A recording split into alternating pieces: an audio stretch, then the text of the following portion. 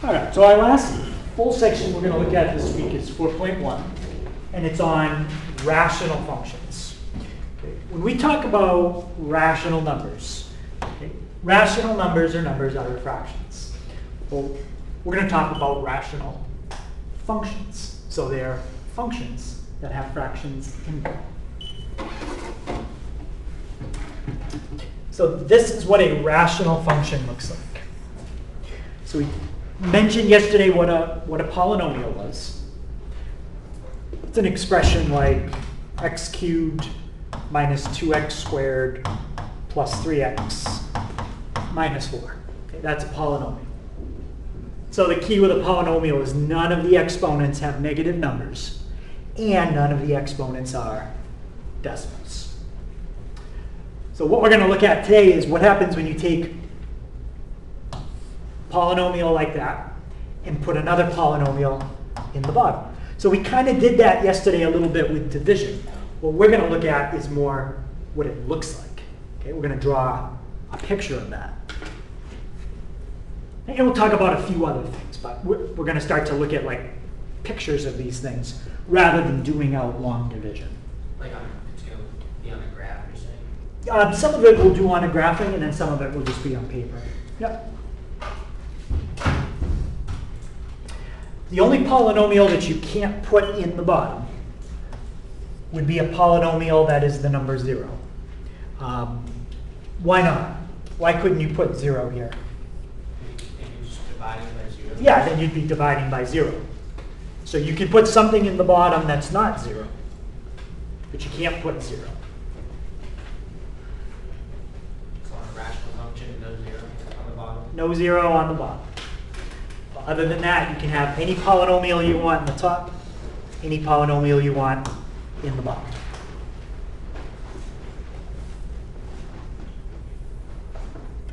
That's an example of a rational function. I'm not going to do anything with it. I'm just showing you an example. There's another example of a rational function. Polynomial in the top, polynomial in the bottom.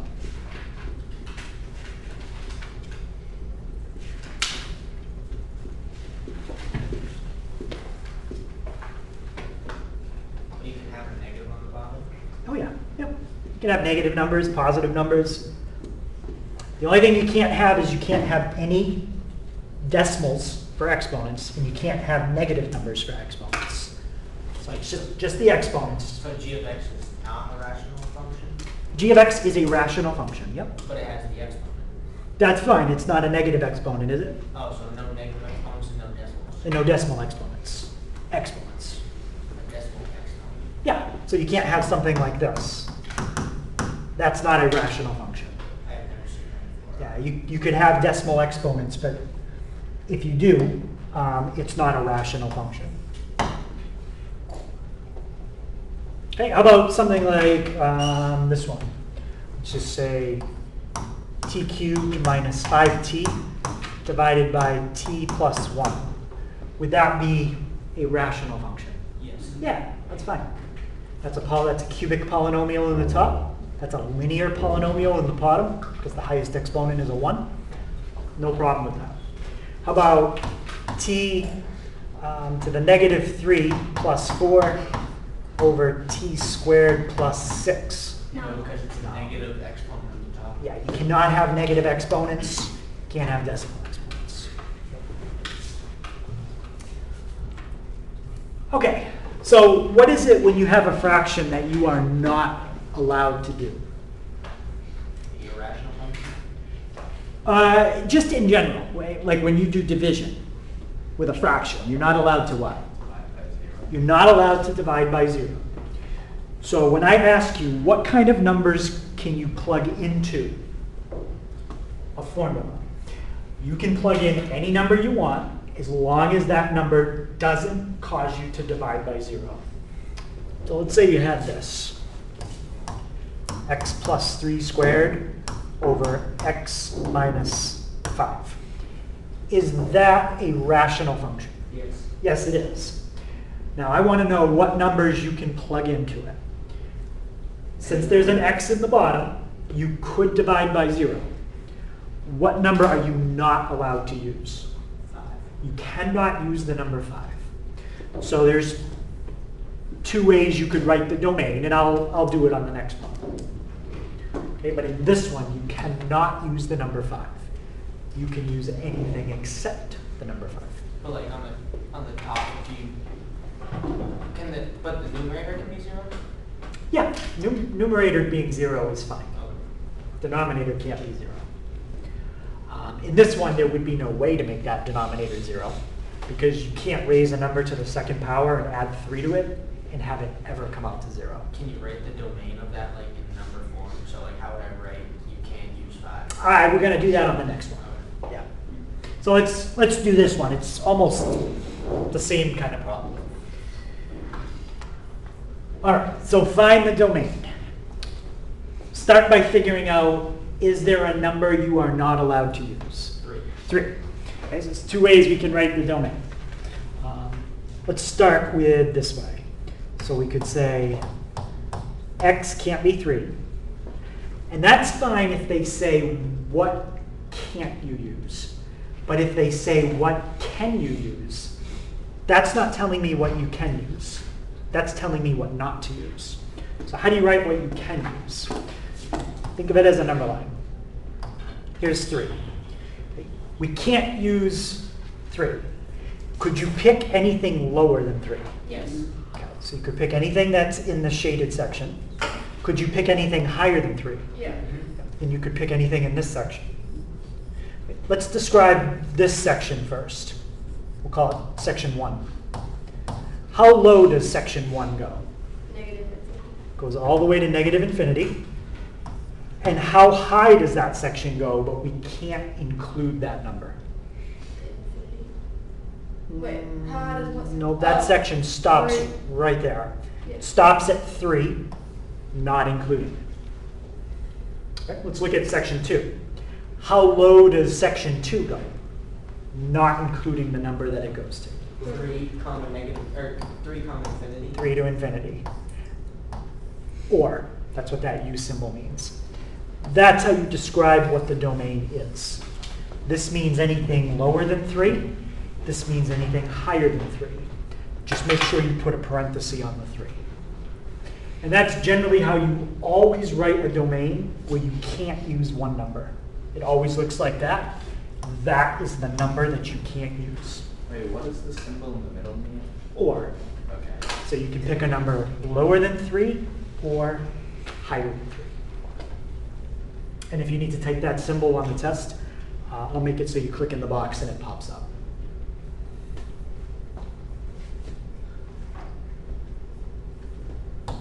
Okay, let's try this one. This will be example B. Okay. First of all, is that a rational function? Yes. Yeah.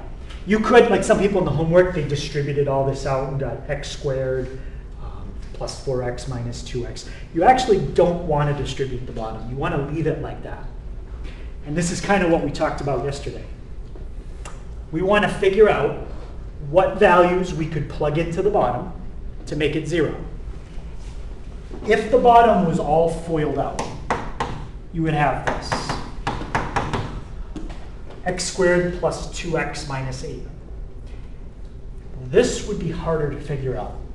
It's better that it's written with 2 sets of parentheses. What do you call it when you take this and you turn it into that?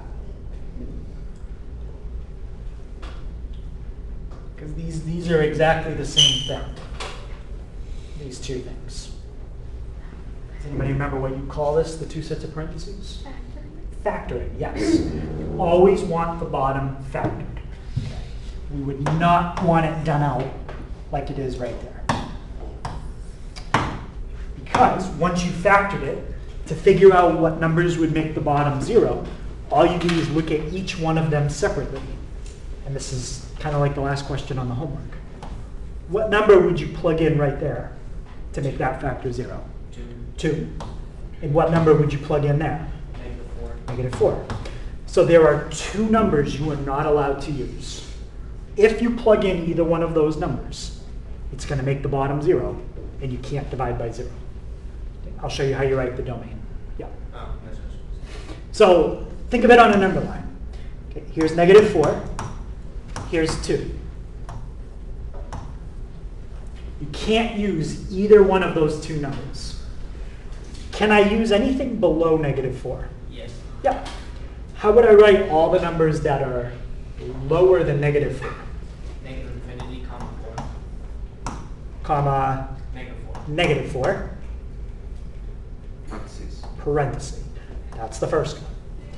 The second section you can pick from is anything in here. How- -3, comma 1. What about -3.5? That is, it's like anywhere between -3 and up. -3.5 is beyond that. So would you rate anything less than -4 but greater than, wait, less than -2 but greater than? Wait, slow down. Say it again. I don't know, I feel like you're gonna use like a less than or equal to symbol in there, right? No, we just have to stick with using parentheses. Yep. -4, -4 to 2. You can pick any number between -4 and 2, not including the -4 or the +2. Or you can pick a number in this section. How would you describe all the numbers there? 2, comma, infinity. 2, comma, infinity. Generally, you're not going to have more than 2 numbers you can't use. Okay? Because if you start having 3 numbers, 4 numbers, 5 numbers, it just starts to get like more and more and more sections you have to describe. So at most, you will have to describe 3 sections like that. Oh, like I couldn't say negative infinity, comma 2, or 2, comma infinity, and then -8, comma -4, or -4, comma infinity. Like you can't do them separately like we did the last one. Like the last one. So in the last one, we only had one number, so we did 2 sets of parentheses. Right, we only had 1 number, so we had 2 sets But of now that there's parentheses. 2 numbers, like we couldn't do 4 sets of parentheses? No, with 2 numbers, there's 3 sets. Okay. Yeah, there's always one more set than you have numbers right here. So if you had 7 numbers, you'd have 8 sets. We'll never have that many though. We're only gonna ever have. Yeah, either 2 numbers, which becomes 3 intervals, or 1 number, which becomes 2 intervals. All right. Now let's try to find the zeros on this one. What's a little harder about the bottom this time? It's not parentheses. It's not, it doesn't have the parentheses, which means it's not factored. That's what you have to do to figure out the numbers you cannot use. We have to factor it.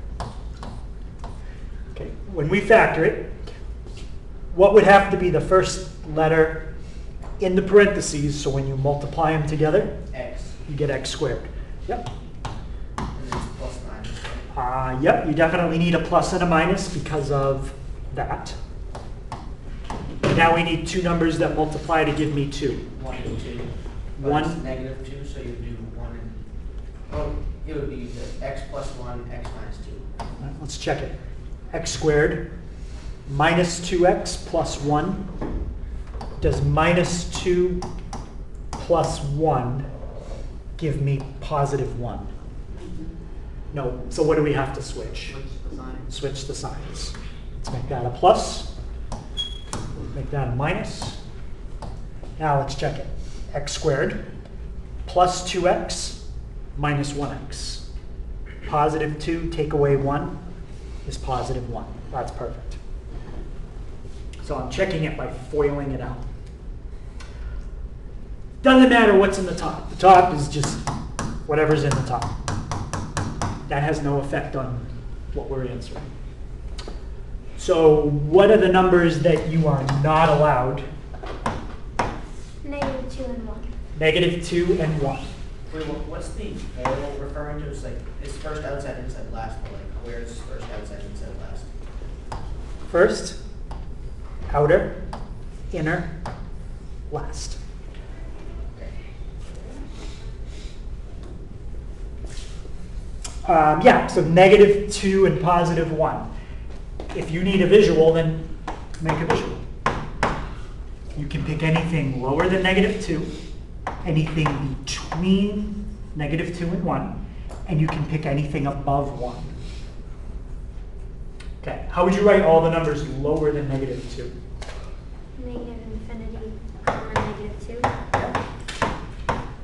Or how would you write all the numbers between -2 and 1? -2 and 1. And then 1, comma, infinity. Or 1, comma, infinity. Yep. And that's, I didn't put this in all of them, but the question was to find the domain. So, domain, and this was the domain over here. When I have to find domain and range, I usually just put D, write the domain, then I put R, and I write the range. This didn't ask for the range. So. Okay. Any question on finding the domain? Can you go back down to the quadrant since I copied that? This one? Yeah.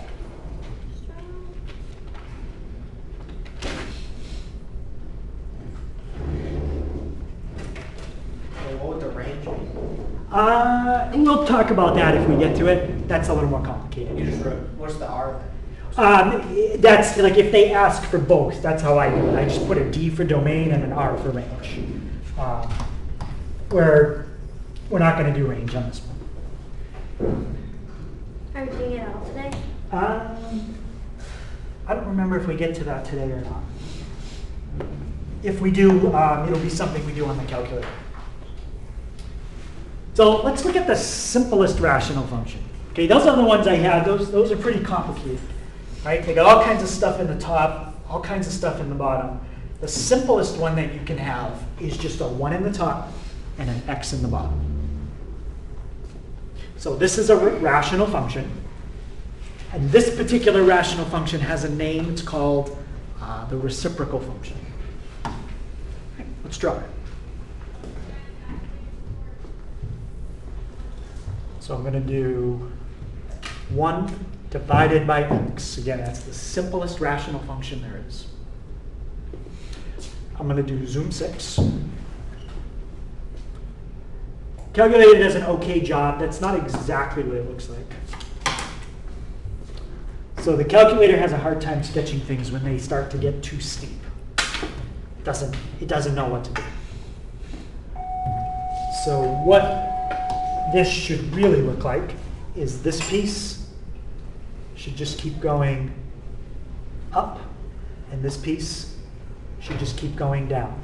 As it goes up and down, it gets closer and closer and closer to the axis. This piece keeps going right, this piece keeps going left. That graph never touches any axis, the x or the y. It just gets, think of like this as your axis. It basically just comes down and it gets closer and closer and closer and closer and How closer. does it never touch? It just never touches it. It gets closer and closer and closer and closer and closer. It never touches it. Really? Does anybody know what you call that? A line where something gets closer and closer to it, but never actually reaches it. Very close. It begins with an A. Not an arc. It's a good guess. Anyone have another thought? No? I like that, it was very close. Let's say it gets very close. Okay, I'll tell you what it's called in a second. So look at this graph, and I want you to look at these two things. This means as x is getting bigger and bigger and bigger, as x is heading towards infinity, which direction is infinity on the x-axis? To the right. To the right. So this basically means as you go to the right. This means as x gets bigger and bigger, but it's a negative number. So that would mean as x goes to the left. What does it look like as I go to the right? Let me actually zoom in so you can see it even better. Okay, let me zoom in just on quadrant 1.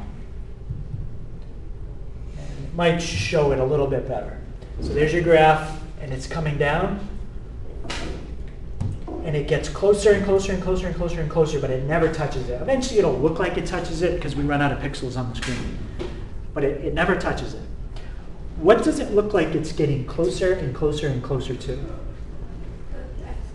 The x-axis. And the x-axis, think of all the coordinates on that axis. They all have a y value of what? 0. So as we head to the right, this graph is coming down and getting closer and closer to 0. If I go to the table, I can also kind of show you that. Let's plug in 10. I'm at 0.1. If I plug in 50, I'm at 0.02. That's how far away I am from the x-axis. If I plug in 500, I'm at 0.002. If I do like 9,000, it's so small now that it's in scientific notation, 0.00001. So it's very, very, very close. Let's look at what happens as we go to the left. I type in -10. I'm at -0.1. This was just above the axis.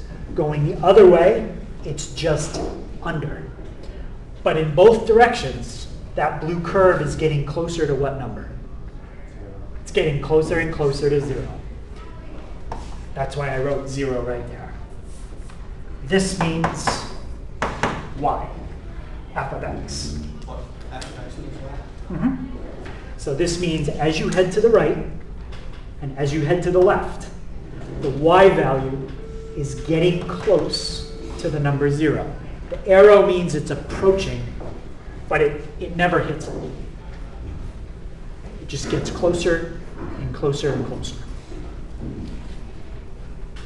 That particular line, this is the word I was looking for earlier, is called an asymptote. People remember that word now? Asymptote? Nope. So an asymptote is a line that you get close to, but you never reach it.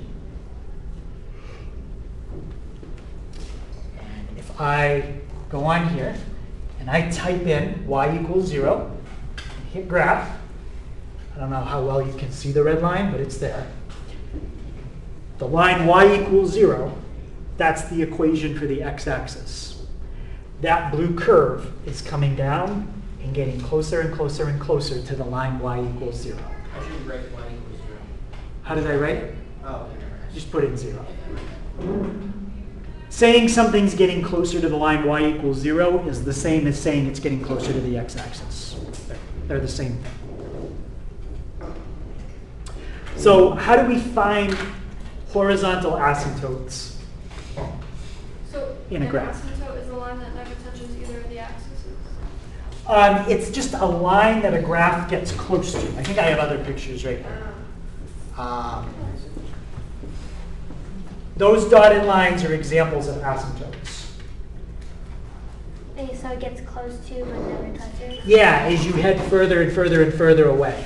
Sometimes they do cross asymptotes, like early on, but as you continue to head in one direction, it just gets closer and closer and closer and closer. So both those dotted lines are asymptotes.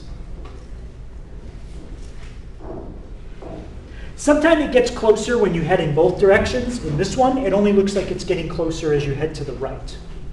a little touch on that other side. Oh yeah, reverse just stops going. Yeah, we'll just say it just stops right there. That one just stops, doesn't go any further. Okay. But those dotted lines are asymptotes.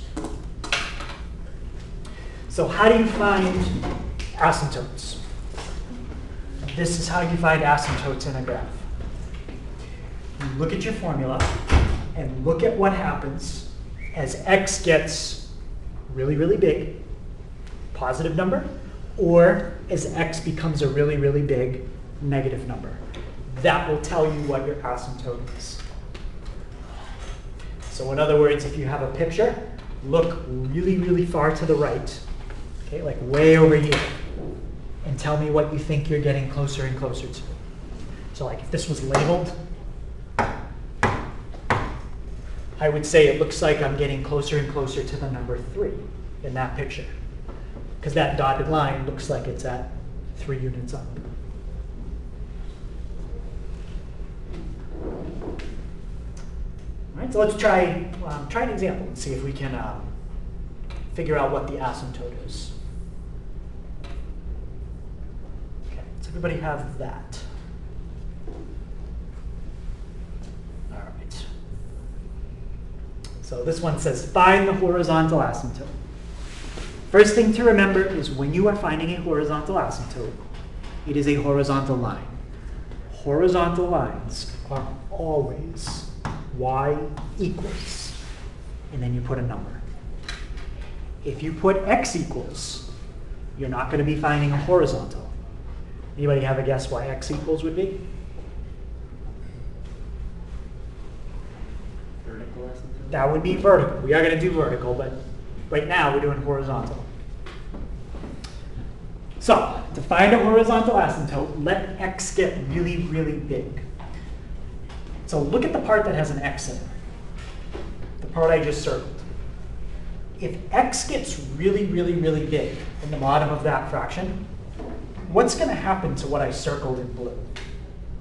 As the number in the bottom of that fraction gets bigger and bigger and bigger, what happens to the part circled in blue?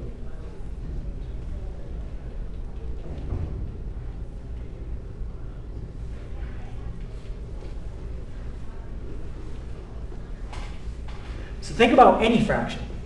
If you continue to make the number in the bottom of a fraction bigger and bigger and bigger and bigger and bigger, like pretend x is 100, then it's 1,000, then it's 1,000,000, then x is 10 million.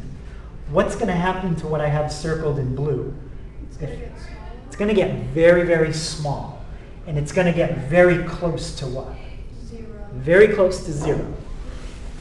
So as x gets bigger and bigger and bigger, this part circled in blue gets so small, it doesn't even matter. So what's the only thing that's left? +2. All that's left is that +2. Okay, and you can try it with like try it with your calculator. Type it in. Type in 1 divided by x, and then put +2. Okay, go to your table. So look at what happens as you keep plugging in bigger and bigger numbers for x. You start out at 2.1, 2.02, 2.002, and by the time you plug in 9,000, which isn't even close to infinity, it's already at 2.0000001. The bigger you make this number, the closer that's going to get to 2. It's never going to reach 2, but it'll get extremely close. So that is the horizontal asymptote, y equals 2. Any question on that? And if you're looking at it on a picture, look at your graph. And let's zoom in a little bit. Look at your graph. It's coming down, but see how it's kind of leveled off? If you put a line in at 2, you can see that's exactly what it's leveling off to. But will the blue line ever hit the red one? No. No, it's just going to get closer and closer. And eventually they get so close it looks like they're touching, but they're not. Let's try this one. So when you're writing the equation of a horizontal asymptote, what letter do you always start with? Y. Start with y. And look at the part that has x in it, and let the x get bigger and bigger and bigger, and tell me what would happen to what I circled in blue. What happens to what I have circled? It's going to get smaller. That's going to get very small. Anytime the x is in the bottom of a fraction and you make the bottom bigger and bigger, the whole fraction gets smaller. And it's going to get so small that it's going to get close to what number? -0. It's going to get very close to 0. So that is basically 0. And what's the only thing that's left? Subtracting. The -3. So if x was 1,000,000, you'd have a number that's almost 0, and you'd take away 3 from it, it would just be a little bit smaller than 3. It'd be like negative 3.00001, but it'd be extremely close. Okay. Any question on that? So horizontal asymptote, let the x get really, really big. And if you have trouble doing that, then pick a big number for x, 5,000. Take 1 divided by 5,000, subtract 3 from it, and tell me what you're very close to. You're very close to the number negative 3. That's what goes right there. Right? I just picked 5,000 because that's a big number. Any other questions on that? All right, so let's try.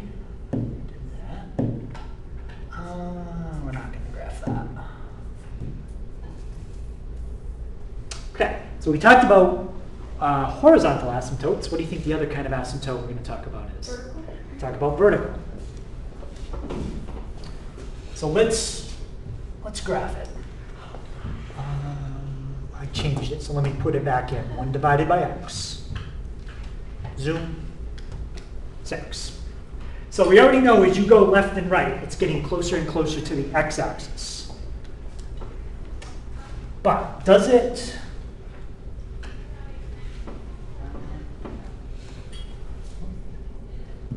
Sorry about that. Does it look like it's getting closer and closer to anything else besides the x-axis? The y. Yes, it's getting very close to the y-axis. This part just keeps going up. This part just keeps going down. So let's look at that.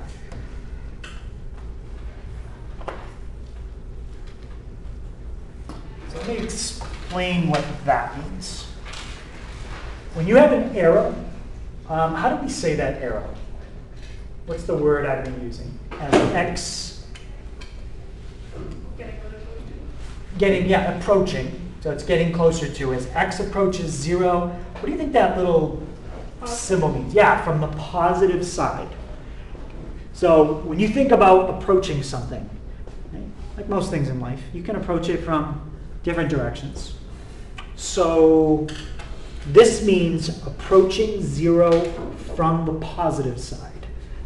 This is the positive side, to the right. You're in the positive side, and you are heading towards 0 from the positive side. Look at what happens. What's happening to my y value? Going up. It's going up.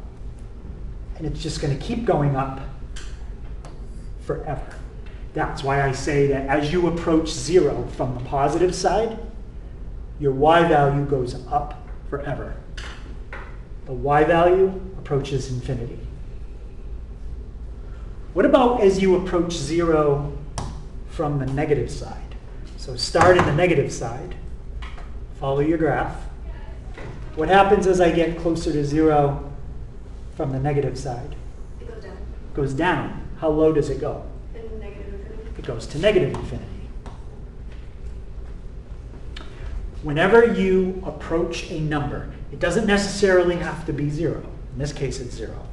But whenever you approach a number, if the y value starts heading up forever or down forever, that's a vertical asymptote.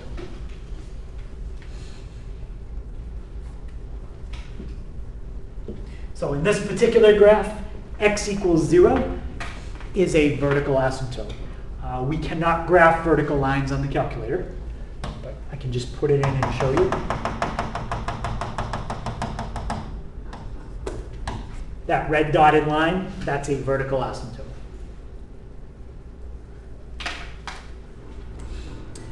So in this case, the vertical asymptote is at 0. What's the difference with how we wrote the equation here versus a horizontal? The x and the y. Yes, this one has an x. When you are writing a vertical asymptote, you have to start out with the x. Horizontal, you start out with the y. So how do you figure out the vertical asymptote? In this problem, the vertical asymptote was at the number 0. Look up here. What number are you not allowed to fill in where I just circled? 0. 0. That's what the vertical asymptote is. It's the number you are not allowed to fill in.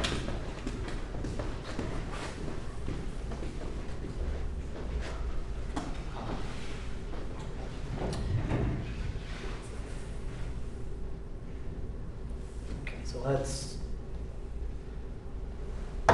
what you need to write down right there.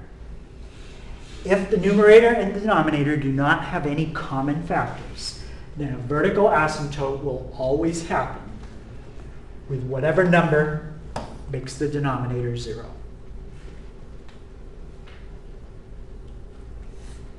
Okay, you're not going to have to worry about common factors, I don't think, in the problems that I give you anyway.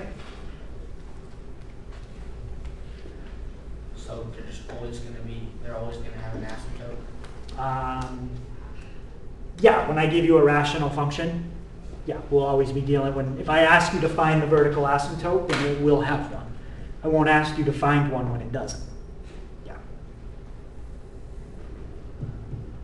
So the vertical asymptote is the number that would make the denominator 0. And again, what letter does vertical asymptote always start with when you write the equation? X. X. How about when you write the horizontal? Y. Y. Can't switch them. Gotta keep those letters correct. Okay, let's look at this one. It says find the equation of the vertical asymptote. So what letter am I going to put on the left side? X. X? Wait, why are we doing that though? Because there's an extra written or what? No, because that's how you write the equation of a vertical. It's always x equals. But how do we know there's not a, oh, because it says right, okay. You're good. Now, anybody think they know what number you can't use in the denominator? When would the denominator be 0? Yep. 2. When x is 2. That's the equation of the vertical asymptote. Yep. Yeah. All right. How about this one? Same directions. Find the vertical asymptote. Negative. So it would be x equals, what is it? -3. -3. What if I did this? What does that have to do with anything? Well, that's my question. What's the vertical asymptote now? Is it still -3. there? Still -3. What's the vertical asymptote now? Still negative. Still -3. This 12 is changing something, but it's not changing the vertical asymptote. It would be changing the what? It Horizontal. would be changing the horizontal. Yeah. Yep. So this one was only affected by the fraction part. Yeah, this one is only affected by what would make the bottom of the fraction 0. Something on the outside like that doesn't matter. For the vertical, for the horizontal, yes, it does matter. The horizontal asymptote would be y equals 12. That would be your horizontal. Why? Just because that's what. Because if you let x get really, so this was the other thing we went over, well, I think you were gone for a second. If you let x get really big here, like let x be 1,000,000. If you take 1 and divide by 1,000,000 plus 3, 1 divided by 1,000,003 is extremely small. It's almost 0. If you take a number that's almost 0 and add 12 to it, you're going to have a number that's extremely close to 12. Okay. Right, but they weren't asking for the horizontal here, just the vertical. So that's all we would write would be x equals -3, done, answer, 100. That's the answer for that one. Yep. Yeah. Yeah. And then there's a graph. Well, I can graph that one if you want to see. Where was the vertical asymptote for that one? It would be -12, or negative. I don't know. Would it be -2, or just no +2? +2. Positive 2. So you're going to see a vertical line. Well, I could draw a vertical line at +2. right there. There's my vertical line, right through positive 2. Those red dots, that's my asymptote. And the horizontal is right here. That's y equals 0. Any question on that one? So, on a test, would you have us like pick the graph that best represents the problem, or? Sure. X equals. Yeah. I could give you you know, an equation like that and say, you know, here's 4 sketches. You could ask which one is the best sketch for the graph. And you just wrote x minus 2, or what did you write on the graph? When I typed that in on the calculator, I wrote exactly that. Put in 1 divided by x minus 2.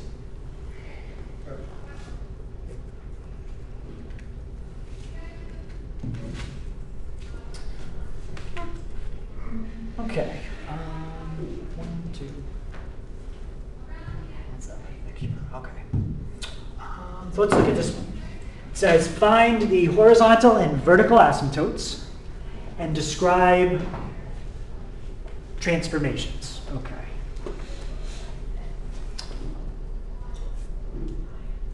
Let's start with the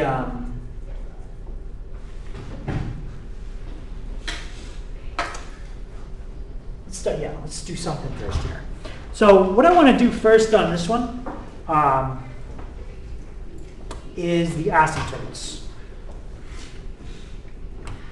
Let's start with the vertical asymptote. When you're writing vertical, what letter do we always start with? X. And what value would make the denominator 0? 5. Yep. So there's your vertical. Okay. Horizontal. You use y. Yep, so horizontal, another way is let's just look at the graph and see if it looks like it's getting closer and closer to a number. But yes, you're going to use y. Is the parentheses necessary? Yes. Yep. So I'm going to type that in. I'm going to do zoom 6. And I want to see if it looks like as I head left and right, is it getting closer and closer to something? Does it look like it's getting close, like leveling off? No. All right, well, let's look further to the right then and keep looking at it. Let's go all the way to 30. So there's the left side. Yes, it's It looks like it's leveling off. Okay. What is it leveling off to? That is my horizontal asymptote. So It's like leveling off to like. go to our table and just pick some big numbers to plug in. And you can tell pretty quickly. It looks like it's getting 2. very close to the number 2. If it hasn't hit 2 by the time you get to like 15,000, it's not going to hit 2. And do you just like pick a number and guess? Yeah, you're just looking what happens as you head to the right forever. So you can plug in as big of a number as you want. Eventually it might look like it says 2. You might think, wait a minute, he said it never hits 2. Well, it still didn't hit 2. It's at 1.999999996. It ran out of decimal places. Okay? So it still never hits 2. And you can highlight that number and it'll show you more accuracy. Okay, so that's your horizontal asymptote. Y equals 2. And the transformations, I'm not going to do the second part on this one. I'm going to save that for the next question. So describe the horizontal and vertical asymptotes. Yeah. So for the horizontal one, you just wrote what it was getting closest to. Yeah. You don't need a specific number. You just round to the nearest whole number. Yeah, because that's what it's approaching the number 2. And I can check big negative numbers if I want to. Negative 9,000. Type that in. Or negative 90,000. It looks like it hit 2, but it really didn't. It's 2.000000003. So look at what it's getting close to as this number gets huge. Okay? And by huge, usually 5,000 to 10,000 is big enough for you to tell what it's getting close to. All right, so we did that. Okay, so we talked about transformations when we did quadratics. We're going to talk about them, same thing with rational functions. Let me give you an example. Let's do 3 over x minus 4 plus 5. Okay, we're going to describe the transformations in that problem. I'm going to give you a chart that shows you what each number does right now. Okay, so let's do bx minus a, do c plus d. Okay, let me start with what the a does. Where are you getting all those letters from? I just made them up Okay. to Why? take the place of numbers. Okay. This minus a is a horizontal shift. Remember what we said about horizontal. Positive is going to move it which way? Up. No, horizontal, not vertical. Right. So horizontal shifts are backwards. So negative numbers are going to move it to the right. So negative numbers to the right. What about positive numbers? To the left. This number, b, it's still horizontal because it's inside the bottom of the fraction, but it's multiplying. What kind of transformation do you get when you multiply instead of adding or subtracting? You don't get a shift. You get a, what's the other kind of transformation we talked about?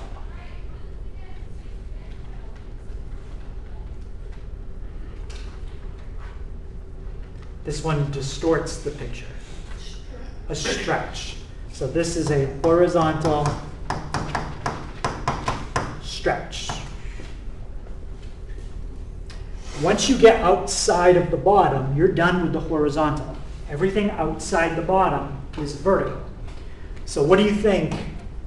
Adding or subtracting, it's kind of like A, but it's on the outside. What do you think adding or subtracting on the outside does? Vertical shift. That's your vertical shift. And positive would move you which way? Up. And negative would move you Down. down.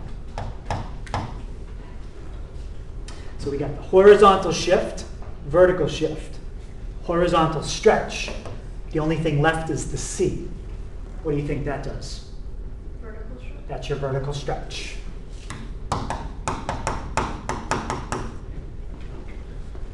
Now, if either the B or the C is a negative, does anybody remember what that does? If the B or the C is a negative number, that causes your graph to do what? It's like a mirror image. What do we call that? Reflect. A reflection, yes. So if B is negative, you get a reflection horizontally. Horizontal reflection looks like this. That's horizontal. So if B or was. If B is a negative, you get a horizontal reflection. If C is negative, you get a vertical reflection. So if B is negative, that's a horizontal reflection. If C is negative, that's a vertical reflection. So this chart pretty much describes how you identify transformations in a picture. Okay. Just in case we don't remember the order that you're supposed to describe the transformations in, I'll give you the order. So the order you always follow.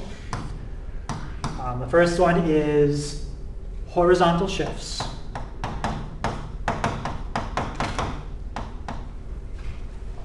then horizontal stretches, then horizontal reflections. So you're going to do all the horizontal stuff first, and it has to be in this order. Not every problem has all of these in it. This one that I'm going to do, it's only going to have 3 out of the total of 6 that it could. So horizontal shift, horizontal stretch, horizontal reflection. Then you do vertical stretch. Then you do vertical reflections. Then you do vertical shifts.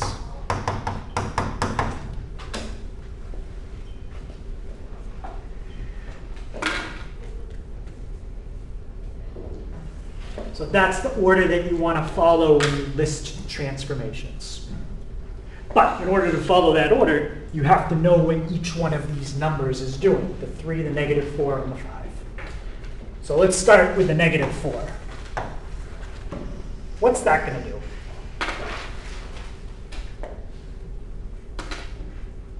I think 4 is gonna shift left or right. Okay, so let's, It's gonna shift right. so it's going to shift. Let's see, it's a negative, so it goes the opposite way. It's going to shift right how many? 4. Yes. Okay, so we did our horizontal shift. Do we have a horizontal stretch in this problem? No. No. There's no b value in this problem, so we don't have to worry about a horizontal stretch. The b value is just a 1. Do we have a negative in front of the b? No, so we don't have to worry about horizontal reflections. We didn't have those two. Let's go to vertical stretch. 3. Do we have a vertical stretch in this one? Yeah. Yep. What number is the vertical stretch? 3. So yeah, it's the second transformation, but what number in the fraction? 3. It's the 3. So you say vertical stretch by a factor of 3. Yeah. And okay, There's so we no got vertical. that. There's no vertical reflection because we don't have a negative in front of C. And the vertical shift is 5. The vertical shift is the +5, which is going to move it Up 5. up 5.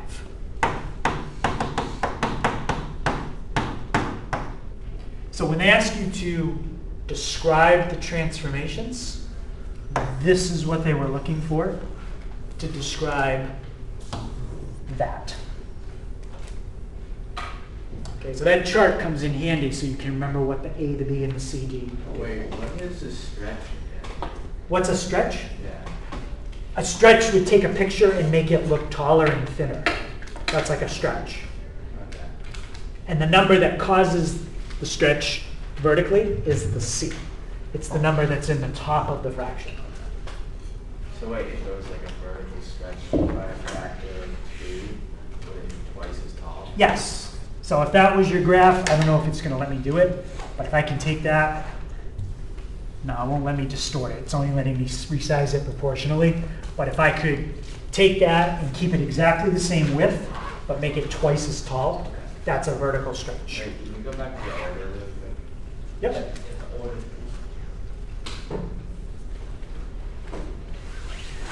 So the two really important things there, you gotta have that order and you need to know that diagram.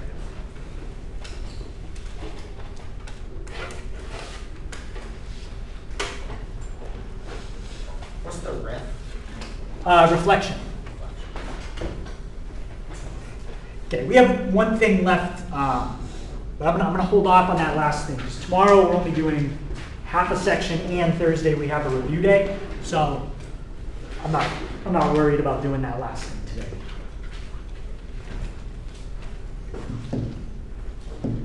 Yeah, that would have been the last thing. I think that's just gonna change the homework by one, it was just one question. Okay, does everybody have the transformation page. One more second.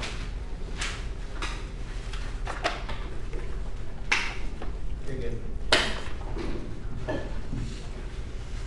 So the last thing we'll do tomorrow is a mixture problem. It's pretty straightforward. Okay, so let me just see if I need to, I do need to change that. And this is section, This is 4.1. Page, homework starts on page 222. Okay. 3, 5.